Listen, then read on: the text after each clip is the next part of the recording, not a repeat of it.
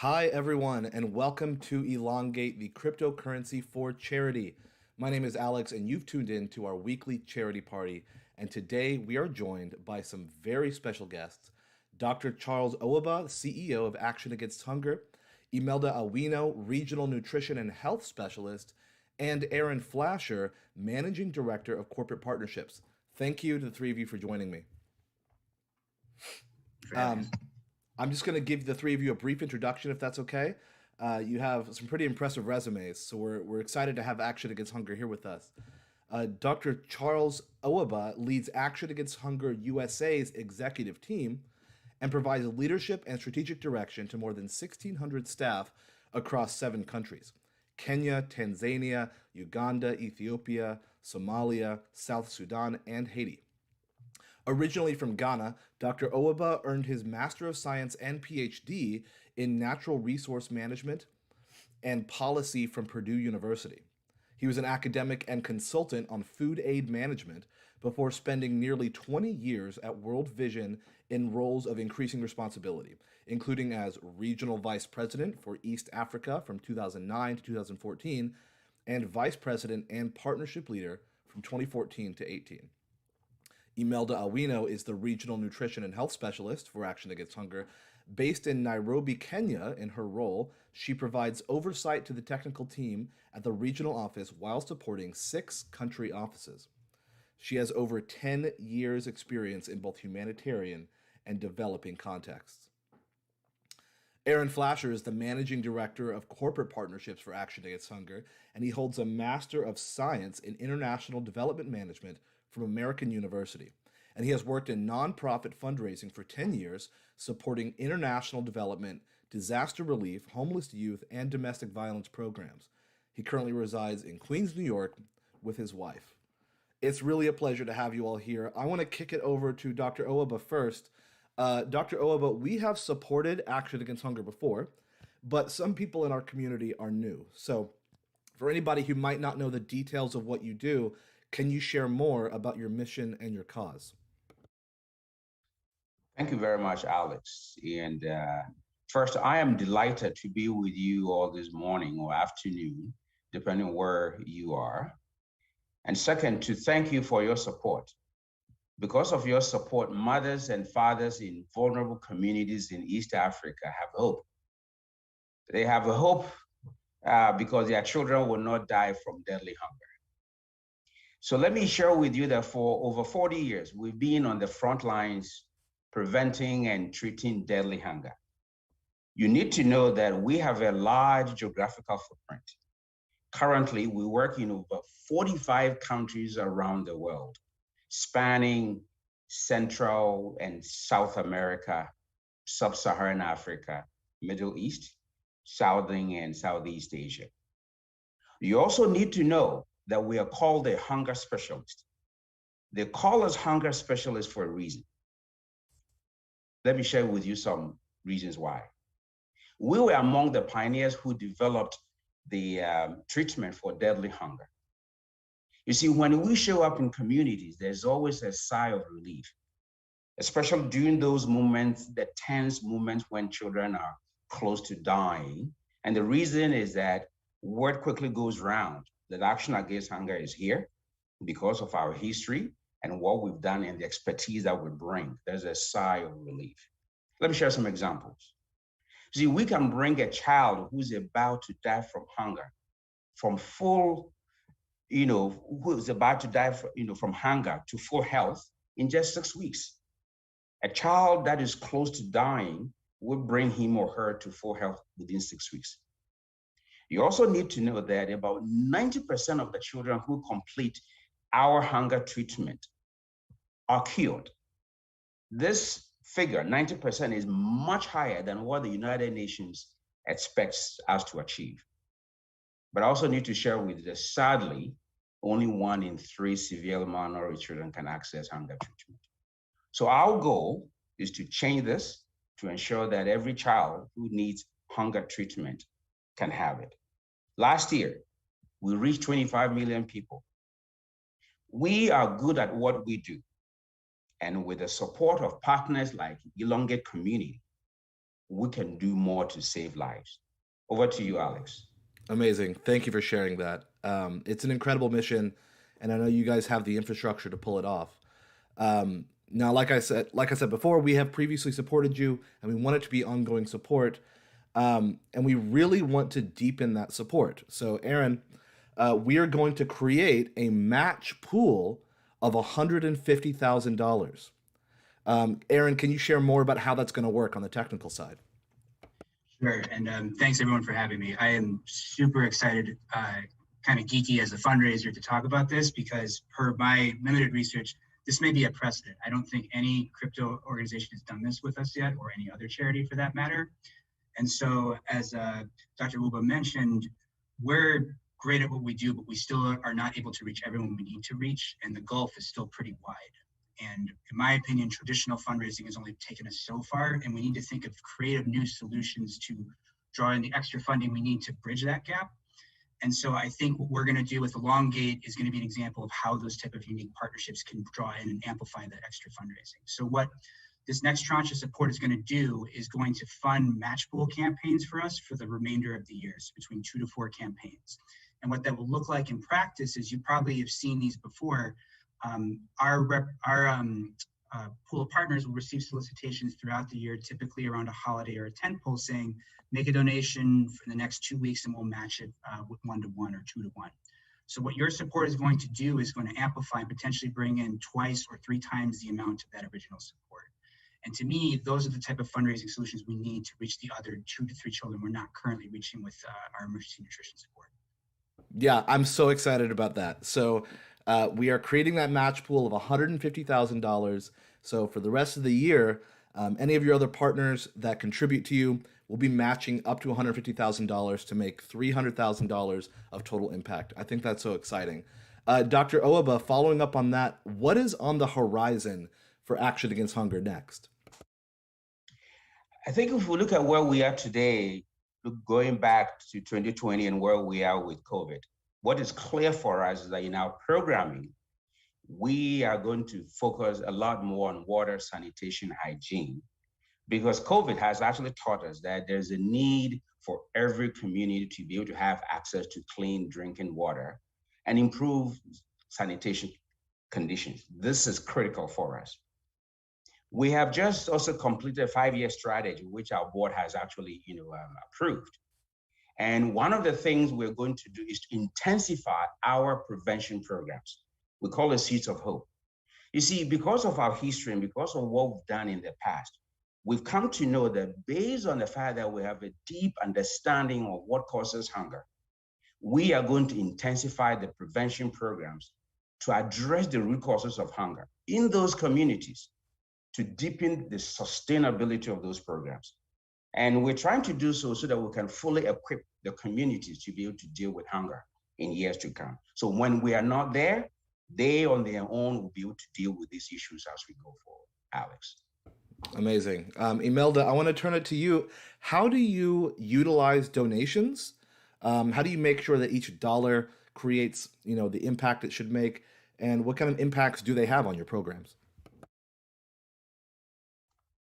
Thank you so much, and excited as well as my colleagues to be here and for the invite. So we use donations in a myriad of ways, and as my colleagues have mentioned, we reached over 25 million people the previous year.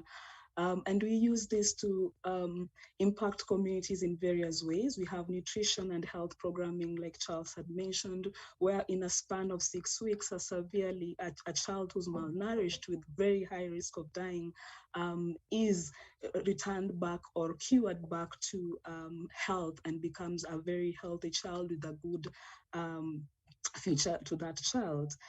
In addition to that, we have our programs are used to impact not only on the treatment side, but also right now, looking at how can we look at the management of these children towards a preventive angle. How can we put in place mechanisms or measures to protect the household or the child? For example, how do we take care of a household by providing adequate cash buffer for the household to be able either to get health care, either to procure foods that they are needed, either to access any other service that they might require that requires funding. Alternatively, they can as well use the funding to procure seeds that they can eventually plant and sell as part of preventive measures. But I'd just like to introduce a video about one of our programs, just for us to be able to see what an impact we have in the places that we have. Over to you, Alex. Absolutely. I will roll that video now for everyone watching the live stream.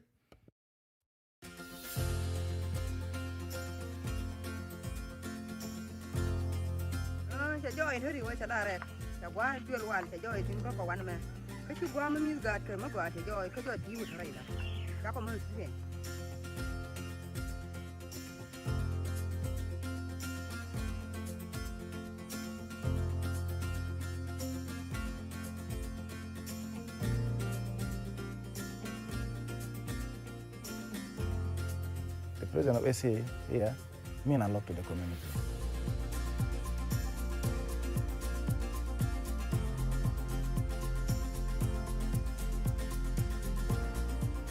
Jen min na tin ko jen te ko yer wa ka de dia te tin wa me ya wa na me ade te ne dia tin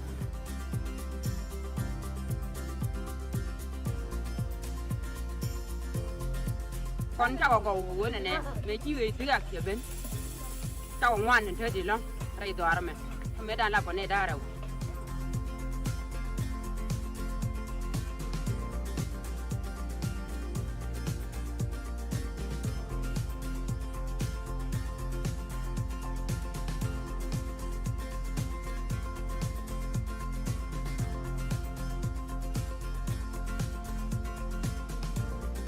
Now, people the children used to die from malnutrition, they are not longer dying. You can see like that was a big change to this community because of the presence of Action Against Hunger in this area.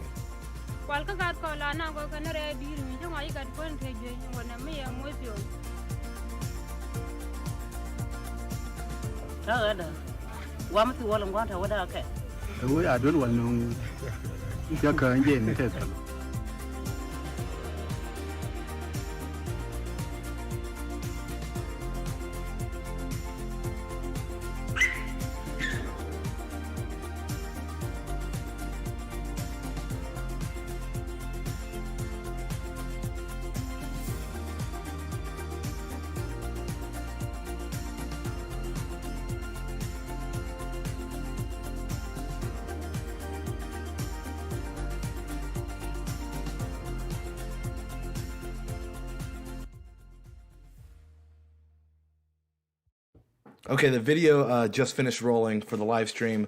That was such a great piece of media, so thank you for sharing that. It really shows just a piece, but such an impactful piece of what you all are doing every single day in these countries. We're really honored to have you all here today. Action Against Hunger, as you know, was identified as a crucial partner from the very beginning, and it's so great to be able to contribute. Our audience would really love to take some questions, if that's okay. Amazing. So we're going to get some questions from the audience. One of the first ones I wanted to pitch to you was, Imelda, you are the nutrition and health specialist. How has COVID affected your work and the overall efforts of the organization? Thanks, Alex. That actually brings us back to the reality. I mean, like globally, we have been affected like any other country. For starters, when COVID began, most of the time in the region, that was around March 2020, when the first case was identified in most of the countries in the region. And we had the shutdown of the airspace and, lockdowns being put in place because we had very limited knowledge about what this meant. What that did to our programming is that we were not able to deliver much needed resources on time. I mean, medical drugs, therapeutic commodities. These are commodities used to treat children. So usually it would take like a week or two to get there, but it took us months to actually even get the airspace open and clearance, and a lot of advocacy to do that. When we were able to do that, and when we got the commodities, there was also a spike in the prices. We were paying like double the initial cost of commodities, given the scarcity of the commodity in the market. Going back to the communities that we serve, we had to do some adaptations to our program. So usually we would have caregivers or mothers coming to get services for their children at our treatment site. We would have them come in a day, 2 days, and have a return date. But given COVID, we had to adhere to some physical distancing. So it meant more time for these caregivers to come to their facility to get the services. It meant more resources in terms of employing that. It meant getting more water points for these communities, because we had to ensure that there was increased distancing for that amongst that. There was also service disruptions, as I mentioned. So there was this fear because no one knew what COVID was. No one knew what is this new disease, and there was this myth around you'd get it from the facility. So we'd have caregivers moving out of the facility, and we've had right now we are grappling with how to take back some of the milestones we had done over decades. For example, children dying from diseases that could be preventable, immunizable diseases. So there's lots of disruption. During COVID as well, COVID was not the only stress we had. There's insecurity amongst the contexts that we operate in.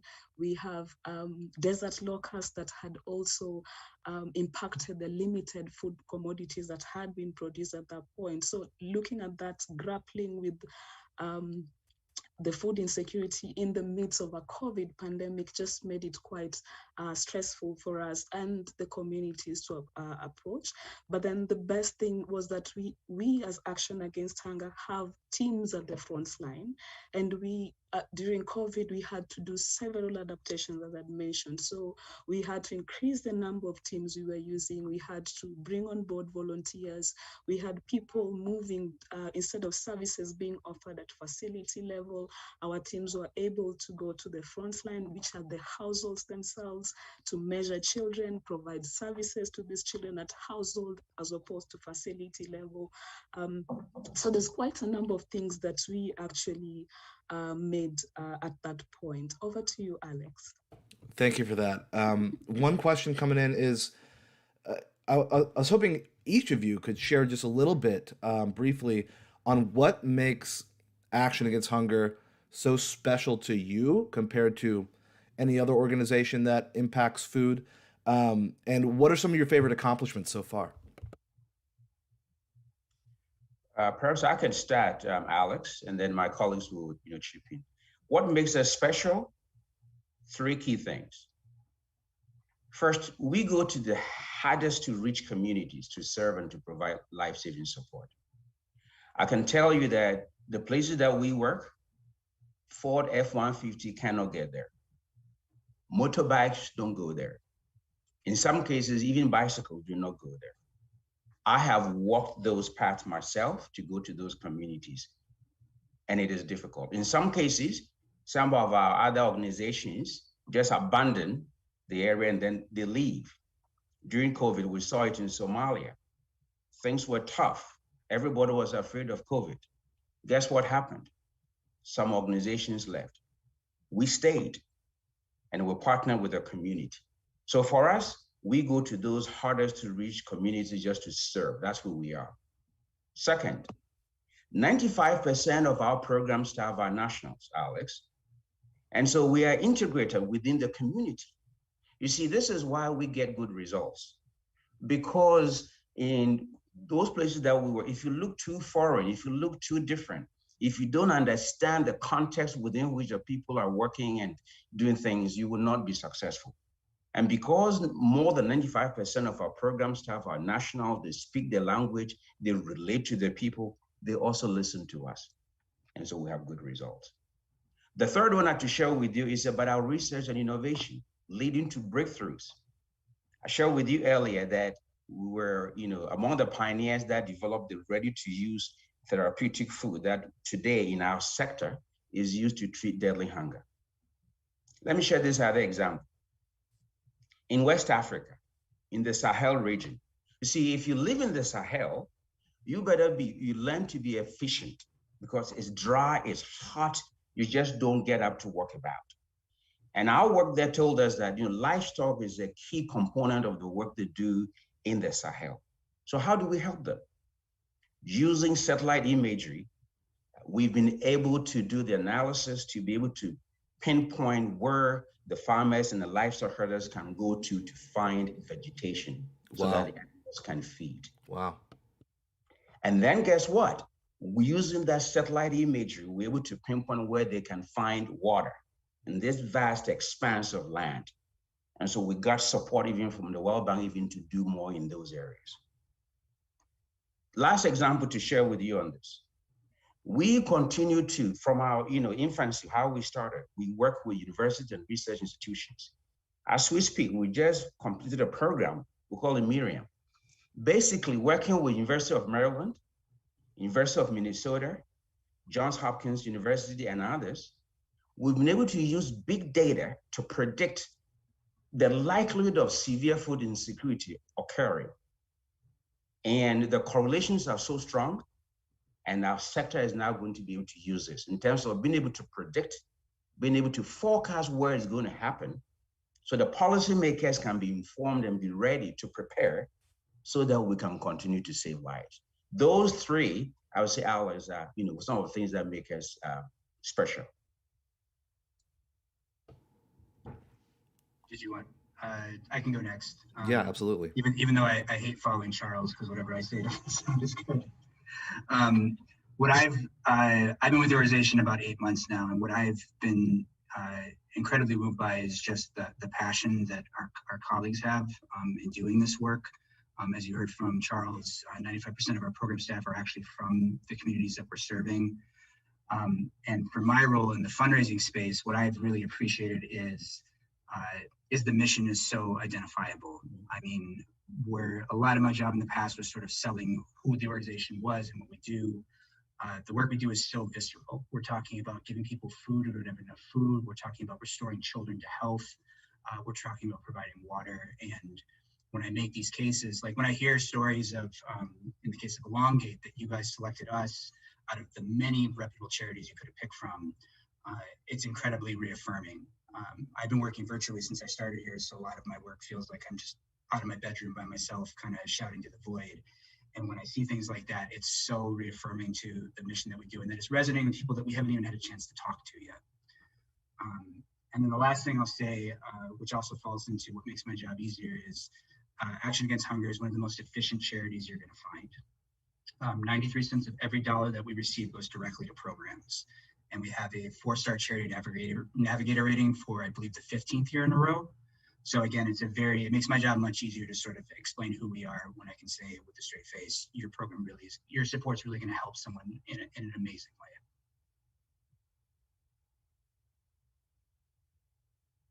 Thanks, Charles, Aaron, Alex. So what makes us special or different or unique? I can confirm everything that Charles says because I've been in this organization for this is my 13th, going to my 14 years straight up. Wow. Yes, and I feel really humbled to be with such an organization because I can echo everything that Charles is saying. I started off when I was still fresh from university, trying to understand the nitty-gritties, and I went deep into the field, into South Sudan, and moving from one place to the other, doing assessments in places we operate and places that we were not even operating. And why I stayed along was every time we did an assessment, we went and met people and we advocated for change. And every time I would go back to that place, there's a mother or someone who tell you, Nyan, like, lady, this is the child that you actually referred. This is the program that actually came as a result. The airstrips would be cleared because we would be landing, and that was the first airstrip. You'd land and arrive and to a place that no one was there. So I indeed echo what Charles is saying, that we are in places that where no one else is, and we work with the community. We have partners within the governments, within the community, and wherever. Number two, why I feel that this is a unique moment, and looking back the years that I've been here, is we are always evolving. Charles has cited a couple of examples, Aaron has cited a couple of those, and there is the impetus to continue to evolve. I'll just give a recent example of what we are starting called the Knowledge and Innovation Hub. This is something we are setting up to continue to evolve, to continue to bring something new, and not something out of the ordinary, just to look at what's the silver lining, what's the local resources, and that keeps the energy, that whatever little that we do makes a difference, even if it is for that one child, that during the 6 weeks, you have a before, and if you see the before and after, oh, it's overwhelming, it's amazing. There's nothing more satisfying than that. So for me, that's why I feel we are special. Like, the team is really passionate about it. Over to you, Alex. Yeah, thank you for that. That was so well said. I have a couple questions coming in around food-based impact. So the first one is, this might be better for you, Imelda. How do you determine, and what have you found are the best foods to have the best impact nutritionally? And how do you determine that? So usually there are two ways we do it. So there is what we call the treatment side, and there's one side we will call the prevention side. So for the treatment side, usually there's a standard regime that we use. There are protocols, specialized milk that will give them like 500 to 1,000 kilocalories, depending on the child and the status at which the child is. So that's really predetermined. And then for a child who's still very young, from the time they're born to, let's say, 6 months, we advocate for what we call mother's milk and nothing else, and then start introducing foods after that. Now, in the places we operate, and this goes to the prevention side, and I'd like to bring this on board with one of the innovations that we have, what we call the optimized land utilization model. So this is something we actually utilize in our communities, in our refugee settlements in Uganda, where we have refugees, when they come, they're given a small portion of land, and in that portion, they're expected to cultivate. So depending on what our assessments determine in that area, sometimes we can find maybe anemia levels are high, or maybe they just need high energy foods. So we in the land that they are given, the plant crops or commodities that are highly nutritious. So you'll find a small portion of the land is planted, let's say, with groundnuts. The other portion is planted with maize meal. There's a portion of, let's say, mushroom. Then during there's monitoring through the planting season, and then also education in terms of either selling or post-harvest management to minimize losses. So our solution is dependent on the findings that we find in that community. It's impact-based. It's based on the assessments that we actually do when we move in. Thanks, Alex. Yeah, thank you. And then kind of pivoting off of that in terms of food-based impact, obviously delivering, clean, nutritious food to people who are in need, communities who are starving, people in crisis is so important. How do you balance that with putting efforts towards things like infrastructure and agricultural development and sustainable, renewable food sources? So, Carl, I can start, and Imelda and Aaron can come. So if you look at our mission, what we say, Alex, is we will be there to save lives. So initially, when we move into these places, we're confronted with children who are close to dying and everything. So what we do is we stay in there and save those lives. But while we are saving those lives, we also know that we would have to address some of the root causes of what led the children in the first place from getting so close to dying. Right. That means that we're looking at, we do very good assessments within the community. We look at what resources are available in this area that we can utilize to be able to help the families to be able to do better. And as Imelda indicated, in the case of Uganda, where we have the optimized land utilization, a small piece of land, what can be grown on it? If you look at the soils, what is in those soils? So we're able to support the community to be able to get into agriculture, to be able to then, get food for their children. We also realized that, in fact, water was one of the reasons why the children were already, getting sick. So we have to come in water and sanitation to make sure you can have access to clean drinking water. In some cases, we realize that livelihoods are not that strong, they're weak. So we are able to actually work with them to form savings groups. Now with savings groups, they're able to then develop some capital, all right? And so with that capital, then they're able to sell a number of things within the community to take care of their own families and then to be able to do more. In some cases, what we've done is to be able to then link them to markets. So after they've produced the food within the community, we don't want the food to get spoiled. So we'll be able to link them to nearby markets so they can come in and then be able to, sell the food to the traders so that there's an improved livelihood in those areas to be able to help them.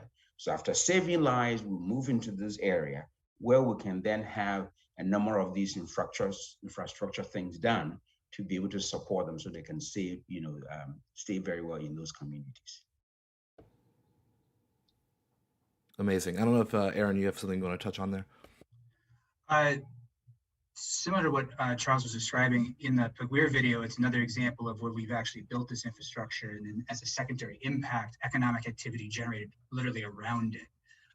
So it's a sign of when we have this capability of making even a small intervention, it can have exponents of scale that will occur thereafter.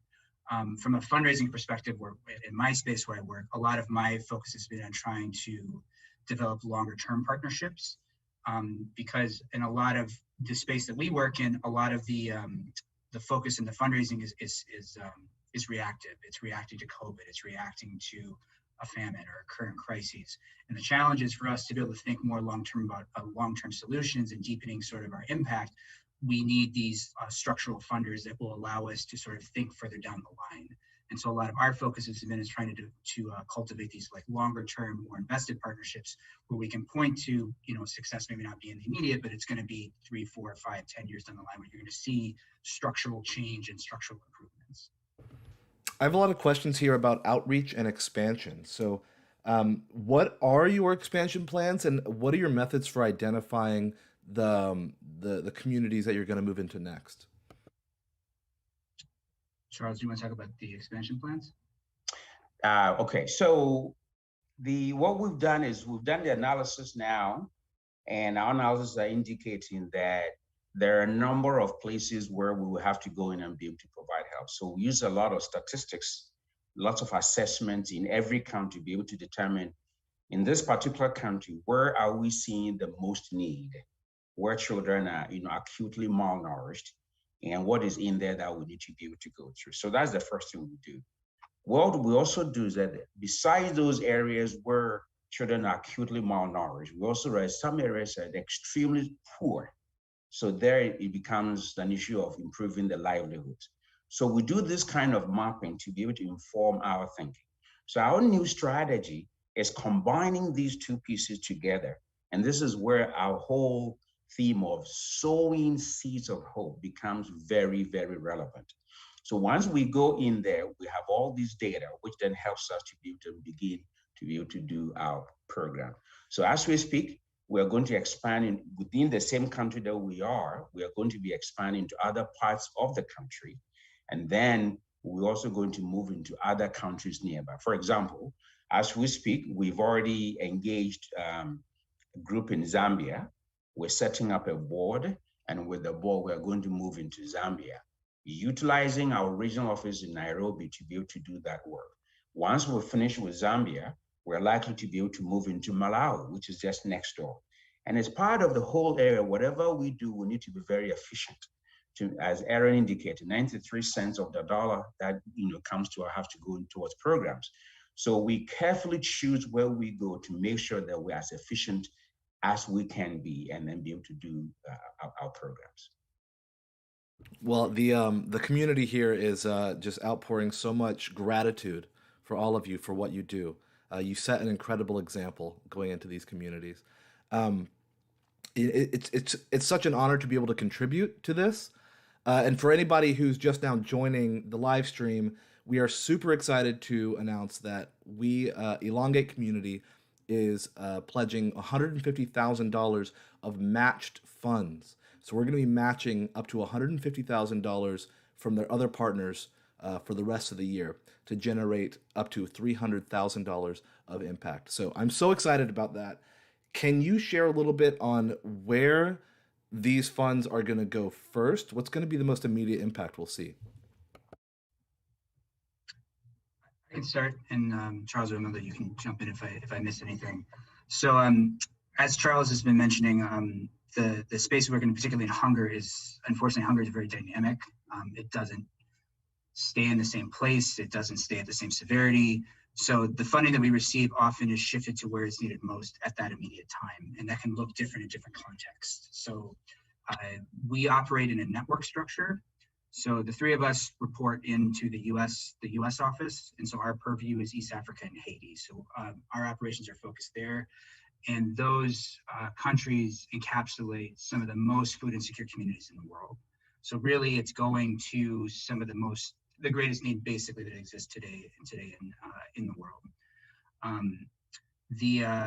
As far as sort of like how we're spending it and how it's being taken in, we're just reacting to kind of information we're receiving on the ground at that moment. So one of the innovations that we're currently piloting is our Smart Plus program, which is going to allow us to eventually see real-time data of malnutrition rates basically anywhere in the world at any given time. And that's going to allow us greater efficiency in sort of reacting to where the current need exactly is at that moment.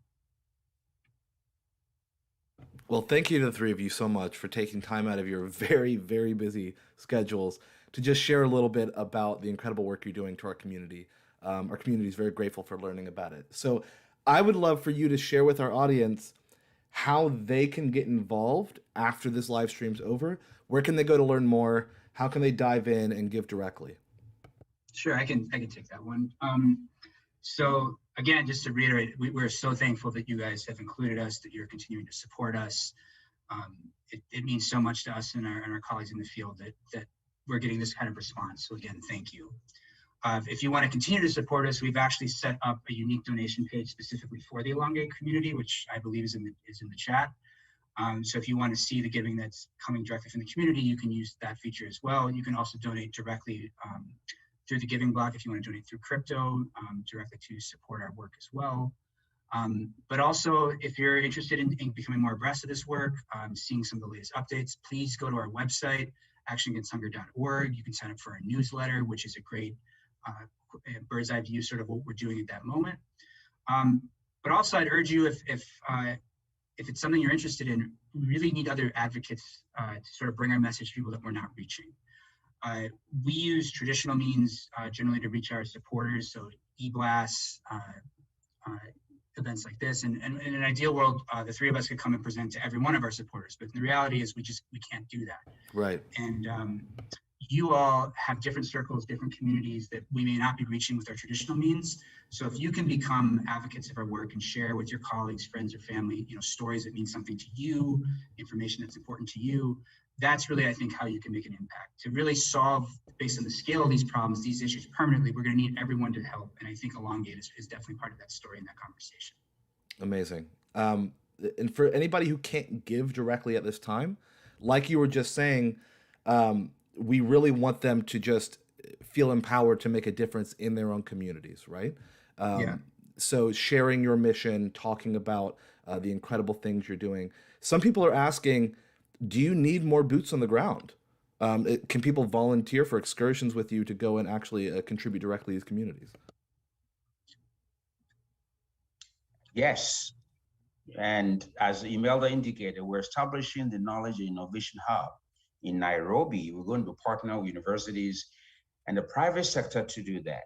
I want you to imagine that when we are successful, that Knowledge and Innovation Hub, you have a lot of people passing through. So when you're ready, you work with us, we can work with you to be able to go to Nairobi, to be a part, to sit in the Knowledge and Innovation Hub, to travel to the field, to be able to feel touch and contribute, to be able to help us to be able to move forward. So there's room for you to be able to partner with us. So working through Aaron, we should be able to arrange. And in some cases, maybe the person is not going for just a day or two, but you're probably volunteering to stay in there for 6 months, to really feel and touch the work and do some research to be able to help us. Because in this era where we're talking of big data and others, we know that the Elongate community is very well versed in a lot of these big data issues. So we will need support when we come to those areas as well. Well, it's been a pleasure to have you here. We're honored to be able to contribute to your cause. The whole Elongate community is. Any final thoughts before we sign off? Perhaps just to indicate that we are thrilled that we can partner with the Elongate community on our journey to sow seeds of hope in every community that we work in, to ensure that every child, and this is important for us, that every child will be nourished to be able to release their God-given talent to serve the world. The research is clear that if we're able to make sure these children are well fed, between 0 and 5 years, this child is set for life. That whether he or she becomes or they become a carpenter, a lawyer, a medical doctor, they will succeed because 0 to 5 would have fed them well. And so to the Elongate community, let me say this, you will never know the names of these individuals.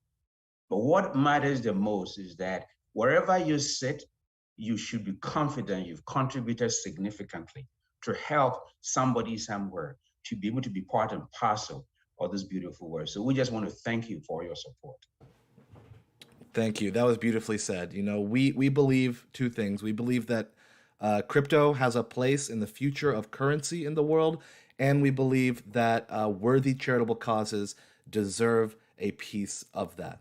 They deserve a piece of that. So thank you so much for your generosity of time. It's been incredible. So we're going to sign off here with our guests, and I'll be back in 5 minutes to continue this charity party. So to our viewers, I'll be right back. To the team at Action Against Hunger, thank you once again. We'll be talking soon. Thank you so much. Thank you. Thank you so much. Bye. Bye, everyone.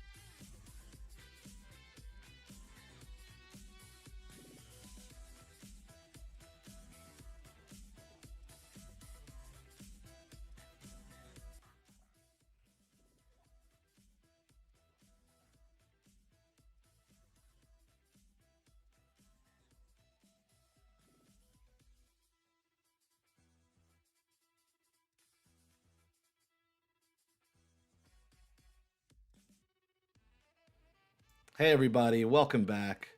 Welcome back to the second half of our charity party here. We just had an incredible conversation with the whole team at Action Against Hunger, the CEO, the nutritional specialist, the corporate partnerships director. They were just a phenomenal team. I love those people. They're doing some incredible, incredible work to solve world hunger in some of the most difficult communities to reach. The most difficult communities to reach around the world. So please consider giving to them. Please consider supporting them. And at the very least, tell your friends, tell your family that you're part of a community that enabled this incredible donation and that they deserve even more. They do. They deserve even more. So please consider giving whatever you can. We pledged $150,000 to them of matched funds. So instead of it just being $150,000, that is going to go to power and incentivize their other partners to give, because anytime their other partners give, we will be doubling that money for them. So we're excited to be doing that. We'll be giving you guys updates along the way. That'll be culminating before the year is up. So we're so excited for that. Please excuse my voice. I'm losing my voice. So many meetings, back-to-back meetings all the time. But I do it for you guys. So please excuse the voice. I think that we should celebrate with a burn. What do you think? I think it's time for a burn. Yeah? You want to make it happen? Now, obviously, you know, crypto is a little depressed right now. Crypto's a little depressed. It's going to come back. But even though it's depressed, we can still do a little burn for you guys. We want to make sure we keep it sustainable, keep it realistic, keep it in check. But I think that if you want it, we can make one happen. What do you think? Yes?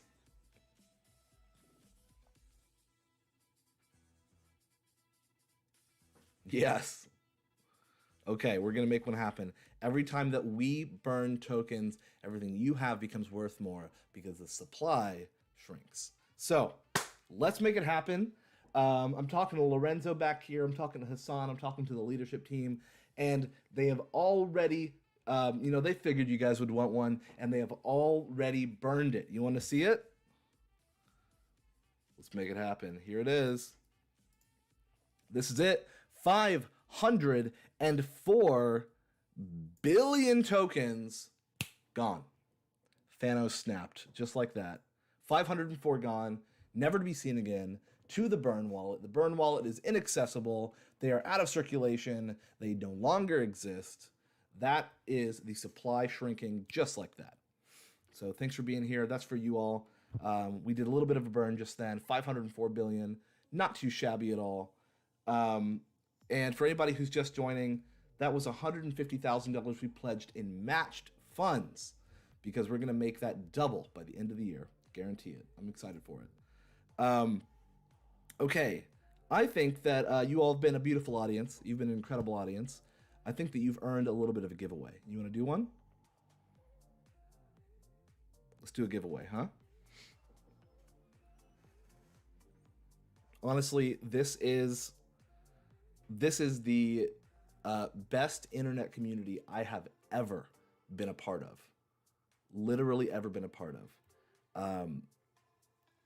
Because it is the segment of the crypto audience that really feels passionately about other people getting a piece of the pie, that feels passionately about the people in the world that are in need and being able to support them. I think that's incredible. So this really is the greatest community on the internet, in my opinion. And I think the recognition will come. Time will tell. It really is the greatest community on the internet. So let's do that giveaway. We're going to be doing the giveaway over in Discord. Okay, we want to make sure it's accessible to everybody. We want to make sure that there's no hiccups with the bugs. So we're going to ask you all, pop over to Discord if you want to be in the giveaway today. We're going to be doing it live on stream, but it's going to be in Discord. So head over there. Discord.gg/elongate. Discord.gg/elongate. Let's get this giveaway rolling. That's what I just told our staff. Let's get it rolling. Amazing. Okay, so we're going to be giving away to 5 winners, 5 winners, 1 billion elongate each. 5 winners, 1 billion elongate each. So I hope you win. I really hope you do. To 5 of you that are listening, you will win. So to the 5 of you that will win, congratulations in advance. But to everybody listening, I hope it's you. So we're going to be 5 winners, 1 billion each to you guys. That's going to be exciting. We have more funds that we're saving for contest winnings. Really get you guys out there talking about the project, sharing your love about it, and there's going to be some contest winnings coming soon. So we're going to be excited about that too. After I get off this stream, I'm going to be drinking another cup of tea with honey to soothe my poor throat. Hopefully, I'll have my voice fully back by the next stream. We'll make that the goal for this week. Get my voice back. Okay. We're going to let it run for just about 3 minutes. Just about 3 minutes. Which channel? People are asking, which channel? Which channel?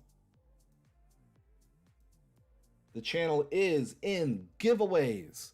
It is the giveaways channel. That is GIVEAWAYS, if you didn't know how to spell giveaways. That's giveaways channel in Discord under the important banner.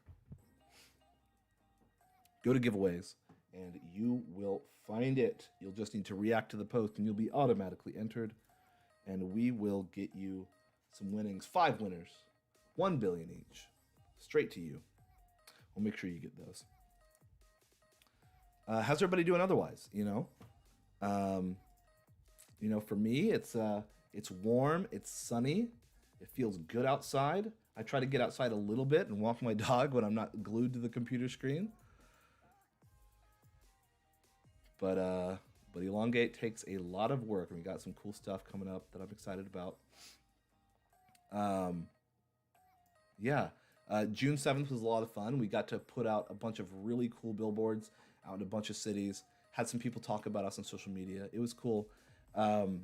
Some really, really neat stuff that I didn't even know you could do, like projection mapping and these massive globes in the Philippines. It was crazy. We got some more photos of all that stuff coming out soon on socials. Keep an eye out because we're going to be sharing that with you. Discord is discord.gg/elongate. You've got about 1 minute left. 1 minute left. Go to the giveaways channel. We have 210. 210 entries so far, but only 5 will win. Somebody do the math. What's your chance of winning? I don't know. I don't do math. I just talk on the stream.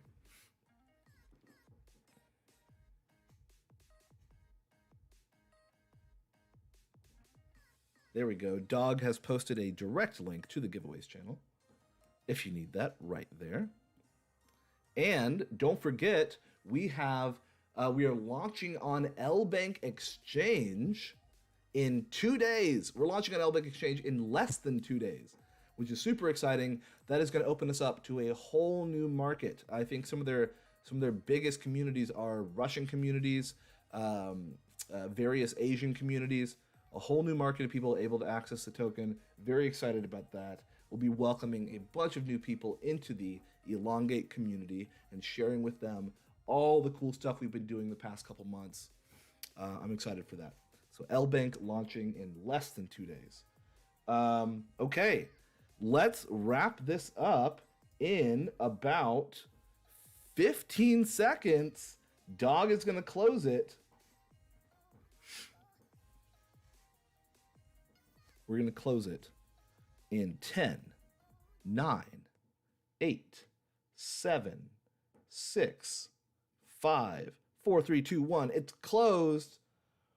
The giveaways bot has determined the winners, and the giveaways bot tells me that the 5 winners are Crocdor, Irish and Chill, Kathmandu, Nepal, Phoenix 698, and Aleko Georgiaud. Congratulations to the 5 of you. Those winners are posted in Discord for you to see with your own eyes.